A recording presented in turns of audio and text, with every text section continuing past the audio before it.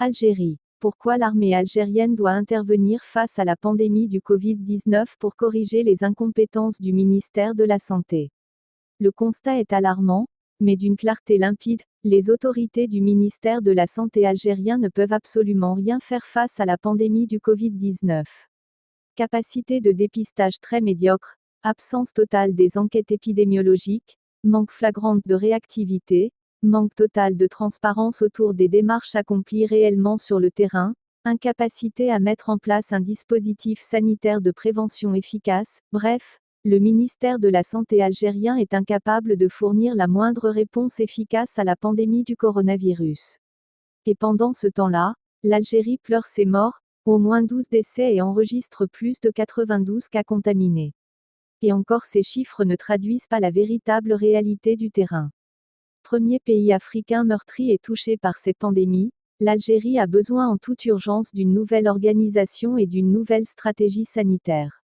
Celle-ci doit être confiée au Haut Commandement de l'Armée nationale et populaire, ANP, qui pourrait intervenir sur le terrain pour corriger les incompétences flagrantes du ministère de la Santé. Pour ce faire, il faut décréter l'état d'urgence sanitaire pour permettre à l'ANP de reprendre le contrôle. Que doit faire ensuite l'armée? Installer rapidement un hôpital de campagne équipé de lits de réanimation et géré par des médecins militaires rodés à la gestion de crise pour abriter les cas les plus graves et les mettre à l'isolement. L'hôpital de campagne doit être installé dans la wilaya de Blida, le premier foyer de la pandémie en Algérie. L'armée algérienne pourrait utiliser tous ses laboratoires et épauler l'Institut Pasteur dans sa mission solidaire de dépistage des cas suspects. Le renforcement des capacités du dépistage permettrait à l'Algérie de ralentir un tant soit peu la pandémie et d'épargner la mort aux patients les plus touchés puisqu'ils sont détectés rapidement, ils peuvent être hospitalisés et soignés en urgence. Il faut savoir que l'armée algérienne dispose de l'École nationale de santé militaire Kadi Bakir Dana Hadja, Alger, qui a formé énormément d'officiers et d'élèves en sciences médicales et paramédicales. Ces officiers peuvent être mobilisés dans le cadre de la lutte contre la pandémie du coronavirus.